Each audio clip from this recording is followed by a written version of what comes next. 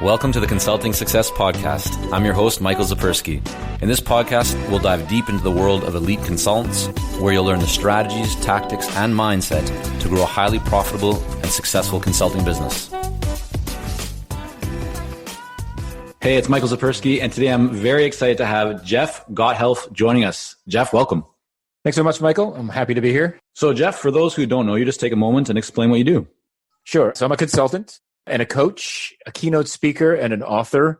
I work with large and medium-sized organizations, helping them build great products and great product teams. And I work with leaders to help them build the cultures that help build great products and product teams. Now, before you got to where you are, looking at your career, kind of going back a little while, you were in UX and UI, so user experience, user interface design for many years, right? Prior to actually becoming a consultant and a coach. Was going out on your own and starting, your own consulting business something that you thought about for a long time before you made the leap? Or just kind of take us through like what was going on in your mind around that time when you actually decided to transition out of the corporate world and into starting your own business? It was absolutely not what I had imagined for myself. I was absolutely headed down a fairly traditional career path, working my way up the corporate ladder, and had no intention of going out on my own. I never really even considered myself an entrepreneurial person. If you were to ask me, 15, even 10 years ago, if I was an entrepreneurial person, I probably would have said no. Because to me, entrepreneurs start companies and they move to Silicon Valley, and it just wasn't me. I was working as a designer, as a design manager, product manager. I was working my way up through software firms, through tech firms primarily, and just happened to find myself in a situation where I was leading a couple of teams at a company in New York that were dealing with a specific challenge that software development teams and software design teams were having globally. So we were having the same challenge as kind of everybody else, which was how to integrate good software design practices into modern agile software development methods. That was a problem for a lot, it continues to be a problem for a lot of organizations. And my team, after several iterations and a lot of kind of smashing our heads against the wall a little bit, we came up with a solution that worked for us. And I started writing about that solution. That started to change everything. Now, there's a coincidental occurrence here. I believe was coincidental. Others could argue perhaps was not, but this was roughly 10 years ago.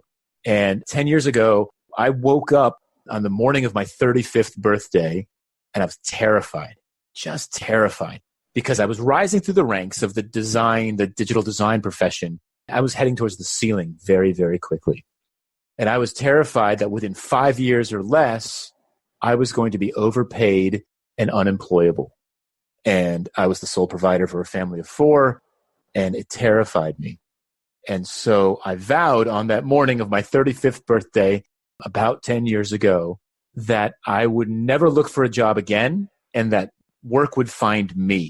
Now, again, this was not an explicit plan to be a consultant or to go out on my own. It was just simply said I was going to create the kind of situation where opportunities found me as opposed to me seeking them out. And it was right about the same time that we had started to solve this particular problem. So what were the next steps? Like you had this realization. What did you actually now do to start having opportunities coming to you? And were those opportunities, take us through actually the transition of, you're still in the corporate environment. How do you then exit that corporate environment and actually start your first business and start to attract those opportunities towards you? The first thing I did was start writing. That was the immediate first thing that I did. And I'll be honest with you, again, not a particularly natural skill for me. Not something that had you asked me, hey, Jeff, are you a writer? No. But I started writing. I started blogging regularly. And the topics initially felt ridiculous, 101 level stuff. Everybody knows this. There's lots of material on this. No one's going to read my stuff. But then the conversation shifted to the solution that we were discovering as part of this work with the team. And that caught fire. And with that material, I began to submit myself for talks at conferences. And because this was such a relevant topic at the time, and it continues to be a relevant topic today, I was readily accepted. I was very, very quickly accepted to speak at these meetups, initially meetups and eventually some larger conferences, some actual international events. And that started to build that personal brand for me. I'm still in-house at this point. Everything is still progressing because my plan is to elevate my personal brands so that other companies then try to come and poach me from my current job. That was the plan.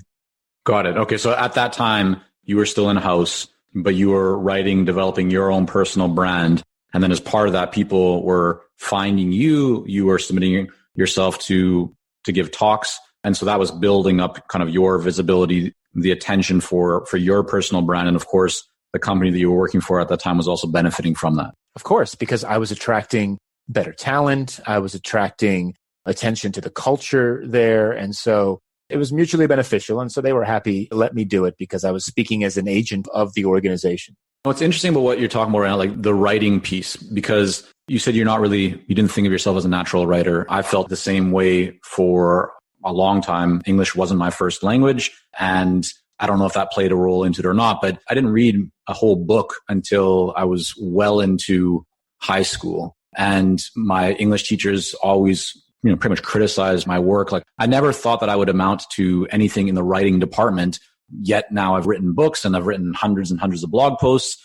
And I think what's interesting just about the writing component as a way to build brand is that even if you don't see yourself as a writer, as both you and I didn't see ourselves as writers at that time, it was just simply a way, it was a format to demonstrate like knowledge, to demonstrate expertise, to talk about issues that we had a lot of understanding about. Would you agree? Absolutely. Like initially it was simply a way to get these ideas out and to test whether or not there was even an audience here. And look, the nice thing about writing is even if you suck at it, the more you do it, you get better. Mm-hmm. Obviously, like any kind of craft, there are people who are naturally talented at it. But even if you're not, the more you practice, the better you get. Yeah. And this is such an important, like everyone listening is, please don't overlook what we're talking about. I know it sounds so simple right now, but this idea can be like implemented and kind of implanted into everything that you do, whether it's your marketing, whether it's validating your messaging, coming with new product offerings, launching a new business, like getting out there and testing things and seeing what resonates with the marketplace and those that you want to attract more of their attention is so, so key. All right. So Jeff, let's come back to your story. So you were doing this. Once you made the decision to, okay, I'm going to exit from my current company, I'm going to go out on my own. How did you get your first clients? Yeah, so here's the interesting thing. So it seems ridiculous to not having realized this in hindsight, but it turns out that publishers go to conferences, niche publishers, tech publishers, et cetera. Mm-hmm. They go to conferences to understand the latest topics and to find the people speaking on these latest topics. And so I was out there speaking about this idea of lean UX, lean user experience design, which was the idea. It was catching steam online, lots of people paying attention. And so I actually ended up with 2 offers to write the lean UX book from 2 different publishers, mm-hmm. which was, again, a terrifying prospect for me because, writing a blog post was tough enough, but a book is like climbing Everest. Right. No way I could write a book. But as an opportunity, and they offered, and I got them to play off each other a little bit. So I ended up with a book deal, and I wrote, along with Josh Seiden, the Lean UX book. And the Lean UX book launched before I left the in-house world. And that, as soon as it went live, the people who read it began to ask me to do different work. So up until then, people were asking me to design software, lead design teams, lead product teams, that type of thing. As soon as the book went public and people began to read it, people started saying, Jeff, come teach us the stuff that's in this. Right. So that created almost your first engagements or kind of first client projects outside of exactly your job. Okay. Did you do a lot of promotion for the book? Did the publisher do a lot of promotion? Like I've said this on many podcast episodes before, there's a lot of people who write content and even write books, but don't see much in terms of results because they've written the content, but it hasn't really been promoted very well. I did the overwhelming majority of the promotion. I am a book publisher, and I will tell you right now, book publishers don't do a whole lot of promotion. What did you do, or what do you even see just from your experience today? What are some of the best practices that you implemented then and that you would suggest that people do now to promote their book, to see a better result with it?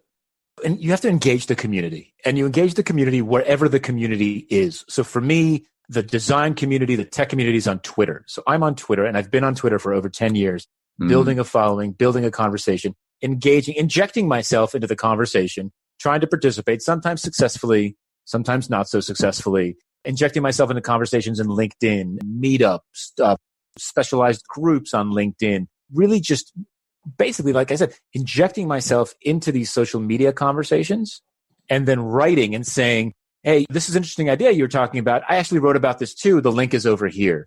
I'm actively promoting, engaging, debating, not trying not to be a pain, but actively participating so that I'm creating a name for myself. And then people go to these events and they see me on stage. And so that puts a face to a name. There's always, here are my social media credentials when I'm on stage. And that there's kind of this virtuous cycle of writing, tweeting, speaking that sort of feeds itself over time. But yes, I'm talking about the Lean UX book for the full 2 years that it took me to write it and get it published. So when it's published, I've got a list of people that I've collected who are interested in getting it.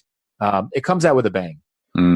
Right. Well, what I love that you just mentioned there is, number one, like you're talking regarding Twitter. That's where your audience is. And so that's where you've invested time and energy, right? A lot of people are just looking at, well, what platform should I be on because someone else is talking about it? That's not the right question. The question is, where is your audience, right? The people that you want to create relationships, where are they? And that's where you should be investing your time. And then the second thing is, like, you didn't just go with the idea of, oh, I'm going to spam these people and promote really hard. You engaged in conversations, you added, you participated, and then connected to that was, hey, like, here's a link that could be a resource, or I'm coming with a book. So you did it in a very relevant way. And I think this is important for everyone who's listening to be also thinking about like your marketing and how you're engaging in conversations. And are you going to the place where your ideal clients are? And then are you actually trying to add value to those conversations? Or are you just trying to say, hey, like, here's what I do? Because I'm sure you do as well, Jeff, and probably a lot of people listening here do get inundated with messages through LinkedIn or other platforms from people who are essentially just saying, hey, here's what I do, buy my stuff. If you're buying socks, like maybe that works, or toothpaste. But when you're buying consulting or coaching services, right? Like, we're talking significant investments, and that's not how people buy. They buy through relationships. So I think just what you've illustrated there is really, really powerful. Okay. So the book was a big factor in getting your early engagements. What about today? How does Jeff currently go about attracting, like, what's working for you in marketing? How are you attracting ideal clients into your business now? Formula remains relatively unchanged in that it's content. You said to yourself, you have to add value. That's what I want. The biggest realization for me, and this is so counterintuitive still to me and to almost everyone that hasn't really experienced the power of this, is the more you give away, the more comes back. Yeah. So you go to my website, all of my keynotes, or a good chunk of them, are on there. If you go to YouTube and Vimeo and search my name, you will find videos of me giving all of these keynotes. And then people say, well, why do you do that? They won't hire you to give these keynotes. That's crap. People watch the video and they say, I want that guy to come give that talk here. And so what I've learned over time is that the more I put online and the more value it adds, any real sales pitch, right? It's more like, here's me, here's what I know, here's why I'm credible, and judge for yourself if you buy my ideas. And if you do, right, you know where I live online, just click the contact me link and let's have a conversation. And so the conversations today take place. I have a newsletter, built up a newsletter, roughly 12,000 subscribers. It took a long time to get there. I blog on Medium just because, again, fish where the fish are. My target audience largely reads content on Medium. Plus, there's a good viral component to Medium for the kinds of articles that I post on there. I'm tweeting a lot more marketing stuff these days and less valuable content. I feel guilty about that. I think partially it's because there's just so much noise right now on Twitter, and it's not the place it was certainly 5 or 10 years ago. What do you mean about that specifically? I'll just jump in here for a second. Like, say marketing content versus value. So just give an example so it kind of illustrates for everyone listening here what you mean by that. Yeah, so I promote work. So I teach workshops, and sometimes they're public workshops, right? And so I'll say, hey, I'll be in New York City on these dates. Please join me. Or I'll be teaching a class in Denver or in London or Berlin or wherever it is. Tickets available now. We're almost sold out. So it's stuff like that, or maybe promoting a conference that I'm speaking at. It's less here is a thing that I wrote or a video you should watch or a contribution to a conversation. And does it work? Does putting out those types of, as you're calling them, like marketing messages work for you? Does it help to fill those workshops? While we work with a lot of seasoned and experienced consultants here at Consulting Success, I'm often contacted by new early stage consultants. Invariably, the question I'm asked is, what are the steps I should take to become a successful consultant and grow my consulting business to my first 6 figures per year? Well, I'm excited to announce that we've opened the doors for our Momentum program. This is our most popular program for early stage consultants, and it has helped almost 1,000 consultants to start, run, and grow successful consulting businesses. It gives you the step-by-step plan to help you with your messaging, your fees, and pricing strategies, how to win more proposals, how to go to market more effectively, developing a marketing system to generate leads consistently, and so much more. And right now, until September the 19th, you can sign up for Momentum and get 50% off the regular price by going to consultingsuccess.com/audio. That's consultingsuccess.com/audio, AUDIO. Only 100 spots are available to join Momentum and get 50% off. This deal is only available until September the 19th or until all 100 spots are gone. We won't be opening up new spots in this program for several months, so don't wait. Go to consultingsuccess.com/audio. That's consultingsuccess.com/audio, AUDIO.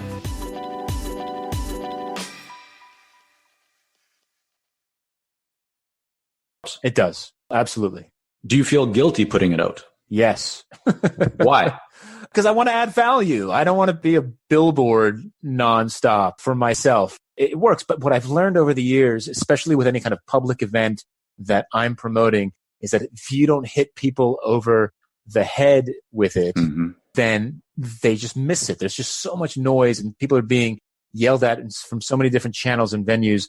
They miss it. I mean, I can't tell you how many times yelled about an event on Twitter 30, 40 times. And then the event passes and someone's like, oh, I heard you were in New York. I had no idea. I was like, how could you not know? Right. Yeah. I heard a skywriter, over Manhattan. So you have to do it. I think it's interesting though, because a lot of consultants do have that feeling of guilt, or there's some fear around being very direct about what they're doing, kind of promoting their skills or their work, for fear of coming across as being too salesy or being too pushy. But I think it's also interesting that, as you said, it works for you. And at the end of the day, what you're really looking to do is to add value to people, to add value to the communities, to make an impact.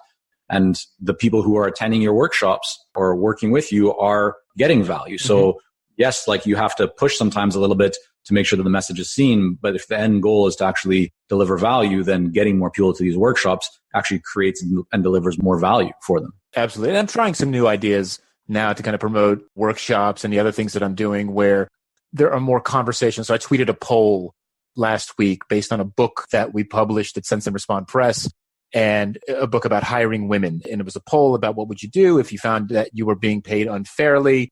And then I've been using the results of that poll to have a deeper conversation about the merits of diversity in hiring and fair compensation and so forth.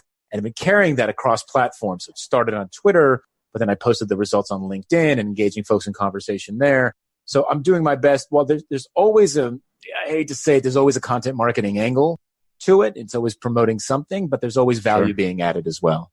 Yeah, that's great. Your branding clearly positions you as the brand, Jeff. And it's on your website, it says work with me, right? So you're not using the we that many consultants use. What's the reason behind that? I mean, look, it's me, right? I mean, there is the company that I work for is a company of one. It's me. There's no one else. So you're hiring me. Now, that said, I've built up a network over the years of consultants who I know and trust and who do good work, where we help each other. We source each other's. If I get a gig that I know I can't deliver by myself, I pull in a few trusted colleagues and we build a team around it. But generally speaking, there is no we in that sense. And I want to be clear about that. If you want to hire a consulting company with multiple people who will send you a team, that's fine. Ultimately, that's not me. And if the opportunity that we're talking about requires more than I can provide, I will tell you that. And I will tell you that I can bring in a couple of trusted colleagues to do that together. Did you ever wrestle with that in terms of making the decision around the branding and what you have on the website, thinking I might lose some opportunities because this large company would not want to work with just one person? No, I never wrestled with that. I never thought about it that deeply, I'll be honest with you. But since going solo, since going into practice for myself, I have run into situations where I have had to put on the impression that I was a bigger organization than I was to go up against the BCGs and the Accentures and the McKinseys of the world. And that's when I bring in my colleagues and say, look, you would hire us. Here's the team, right? There's 3, 4, 5 of us. And therefore it becomes a bit more compelling. So since then I've had to deal with it, but originally I didn't even think about it. Yeah, it's interesting coming because you have world-class clients, Target, 3M, GE, Telefonica, Auto Trader, CNBC, Capital One, right? So some very well-known names, but I know that a lot of consultants do kind of grapple with that question. They wonder how should they position themselves, and is it better to use we and our or just I? And so it's interesting to get your perspective on that. You are now in Barcelona. So as we speak, you're in Barcelona. Mm-hmm. You spent many years in the US, but you've taken your family across the ocean and you're living in Barcelona, which, as we spoke before hitting record here, is a city that I love and have been to many times.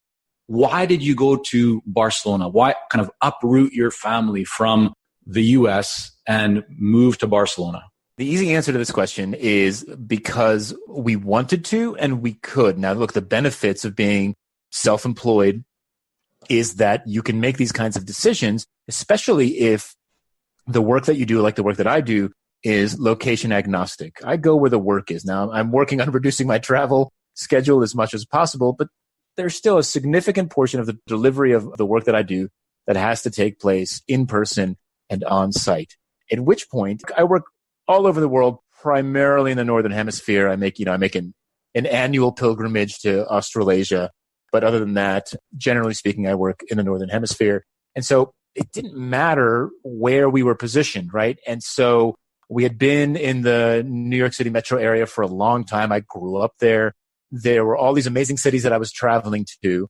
And my wife was interested in moving abroad as well. And so we actually ended up, the story here is actually pretty interesting because I actually dog fooded the material that I teach. I live my life with the content that I teach. And so my wife and I both wanted to move abroad. We couldn't agree on where to go. We had different perspectives, different points of view, different perceptions. And so what that says to me is that we didn't have enough information to make a decision. And so to get that information, we ran experiments. We did the minimally viable relocation experiments. Right. And what did that look like? So we took the kids for 1 month every year during the summer over the course of 4 years to a different country. And we lived there in the summer in an Airbnb for a month. Now look, it's ideal circumstances, right? It's summer. There's no school.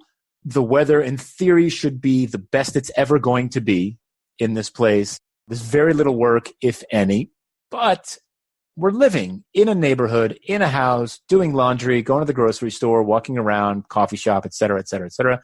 And so that at least gave us a taste of what it was like to live in these neighborhoods, in these particular cities.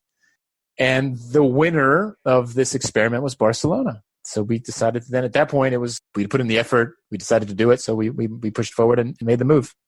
What I find very interesting about that is that, my observation is that many people want to do something like this. They have the desire to, even if it's not to necessarily move completely to a different country or continent, it's to travel more or it's to take their work and kind of make it more location independent. But something holds them back from doing that. And that something often is just like themselves. I wonder here, yes, you're working all around the world, but you still have quite a few clients in, let's say, North America, from what I see. So you could have just said, well, why uproot our family and why make travel to see the companies that I'm seeing in New York or wherever in the US, like farther for me, but you still took that step. So just wondering, like, the types of conversations that you had, or what was it that really helped you and your family to say, yeah, let's make this leap. Like, let's just let go of some of these things and actually make it happen. Because I think a lot of people do have that desire, but they don't actually follow through on it. Yeah, I guess for us, it was a longstanding desire to consider moving abroad. And we had moved around the United States at the behest companies in the past. And you end up doing that year of forced service, because if you quit during that year, you have to pay back your relocation. And so we decided that if we're going to move again, especially make a big move like this, we had to do it on our own terms. And then once the consulting business proved viable in the US on a continuous annual basis. Then the next experiment was, well, can it be viable from anywhere? And look, what's it for, right? Why are you self-employed if you can't kind of use that freedom to live the life that you want to live? And for us as avid travelers and curious people, that was a logical next step. Yes, it's a significant move. It's still, we're only a year and a half into this. It's still a significant challenge to be in a country where we don't speak the language fluently. In fact, there are 2 languages here, as you know, in Barcelona. And there's daily challenges that make life that much more difficult than they would be back in the New York City area, right? But it's still, you've been here. It's the weather, it's the people, it's the food, it's the culture, it's the access to all of Europe within a 2-hour radius with an airplane. That is just what we wanted to do, and we could do it. The business, it was a risk, right? I built up a bit of a safety net in the event that I would lose U.S. clients because of it. I have not lost U.S. clients because of it. I have picked up European clients because I'm here. And so overall, it's been a tremendously positive experience so far. Some really great nuggets in what you just shared there. So I'm glad that we went down that path. What's been the biggest challenge that you've faced with your current business? We've talked about content marketing. The biggest challenge that I face is twofold. One is finding the time to create more material. I spend a significant amount of time doing sales, calls, and content marketing that I struggle to prioritize the time to actually create new ideas, to really kind of refine the delivery material. And so for me, that's a big challenge that I'm working more towards. Because again, I feel like if I don't stay on top of the conversations, if I don't stay active in these discussions, if I'm not a part of these for too long, people will forget about me. Now, that may or may not be true, but that's how I feel about it. And so I've always got this kind of burning sensation to not be away from the conversation for too long. So that's part of it. So, and what are you doing to tackle that? So I'm trying to automate some things as much as possible. In other words, a lot of social media stuff you can automate in advance for a week or for 2 weeks. I'm trying to do a bulk writing. So I'll try to write 3 or 4 newsletters in a row and then ship them out monthly so that they kind of, spend a weekend doing that. And that saves me hours and hours of time later downstream. I could just kind of schedule them to go out on a regular basis. I'm still trying to figure it out. I'm really trying, like in my calendar, I've closed off Mondays and Fridays to meeting. That's and calls, but I break that, right? And so I try not to. It minimizes the amount of distracted time that I have on Mondays and Fridays, but it's still every now and again. If the only time a sales call can happen for a month is on a Monday or a Friday, I'll break the rule because I want to talk to the client. Right. So that's tough. The other thing that I've started to do more of and that I've been struggling forever is delegation. In the last year and a half, I've hired an assistant. That's the first time I've ever had an assistant. She's not full-time. She's about half-time with me. She's here in my time zone, in my city, which is great. She's a native English speaker, which was important to me. And I have been delegating the stuff that eats up my days to her increasingly. Here's a quick example. What does that look like? What have you found has been just the most effective for you in terms of delegation? What kinds of things? Just scheduling alone cuts 100 emails out of my inbox every week. Easily, right? Forget the time. I don't even know how much time it saves me. But as far as the number of emails per week and just scheduling calls and meetings and client things and that kind of thing, that's 100 emails. She books all my travel. That's got to be hours of my week. I just started her on invoicing recently. That's going to start to take care of itself. Dealing with it, there's a lot of basic logistics for the management of these workshops that I teach and that I sell. Selling tickets, issuing invoices, giving refunds, moving one person from one class to another. All of that stuff is now being handled by her. So little by little, I'm putting more on her that frees up the time to actually do the creative work. Yeah. Great ideas. I think so important for many because there's always things that we can be and should be delegating, right? So we can spend more time working our kind of zone of real value creation as opposed to the lower value tasks, but they're still necessary tasks that have to be taken care of in the business. Jeff, I want to really thank you for coming on here again, sharing some of your journey and best practices and story with us. I want to make sure that people can learn more about you and your work. Where's the best place for them to go? So LinkedIn is a great place to start. Always, I'm happy to connect on LinkedIn. If you go to my website, it's gothelf.co, not .com. That's somebody else who will not sell me the domain. I've tried. But gothelf.co has everything you need to know about me. I write a monthly piece on Medium. And then, of course, on Twitter, if you'd like to chat with me, my username on Twitter is jboogie. The lesson learned there is take usernames seriously because the service might catch on. Mm-hmm. But that's where I am on Twitter as well. And those are all good places to start. Fantastic. All right, Jeff. Well, again, thanks so much for coming on. My pleasure, Michael. Thanks so much for having me.